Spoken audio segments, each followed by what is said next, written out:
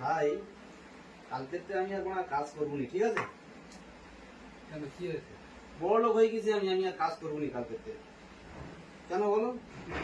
তুমি কাজ করো, আমার দেনাদানি যা ছিল সব শোধ করে দিছি। কুদ্দুস ৭১,০০০ টাকা পেতো, কুদ্দুসই দিয়ে দিছি। আচ্ছা ঠিক আছে, সেরাজুল পয়সা পেতো, সেরাজুলি দিয়ে দিছি। আচ্ছা নুরুদ্দিন পয়সা পেতো, নুরুদ্দিনই দিয়ে দিছি।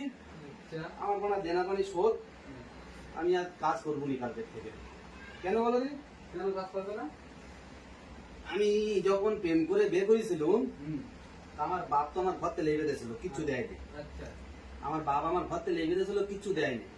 তো কিচ্ছু না দিলি খালি একটা ছোট জায়গা দিয়েছিল, ওখানটায় ঘর বেঁধে থাকার কথা বলেছিল। তো ছিটে বেড়ার ঘর বেঁধে আমি ছিলাম ওখানটায়। তো ছিটে বেড়ার ঘর বাঁধতে গেলে তো চারদিক থেকে কঞ্চি মঞ্চি সব দিতেই হয়। আচ্ছা চারদিক থেকে কঞ্চি টঞ্চি দিয়ে কুকুরতে ফাঁক তুলে আর ওই ছিটে বেড়ার সঙ্গে